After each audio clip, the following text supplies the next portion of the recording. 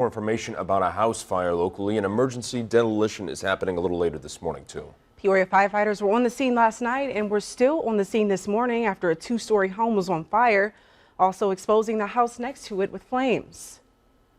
Fire officials were called to the 300 block of South Webster, and when they arrived, they saw the home was heavily engulfed with flames affecting the neighborhood home. Multiple companies were needed to help extinguish the fire that took over an hour to get under control. Additional crews had to cut the roof off of the home to ventilate all the smoke, flames, and byproducts to avoid an explosion. A total of 30 firefighters were needed there. Thankfully, no injuries were reported and damages estimated at $50,000, although that home is a total loss. And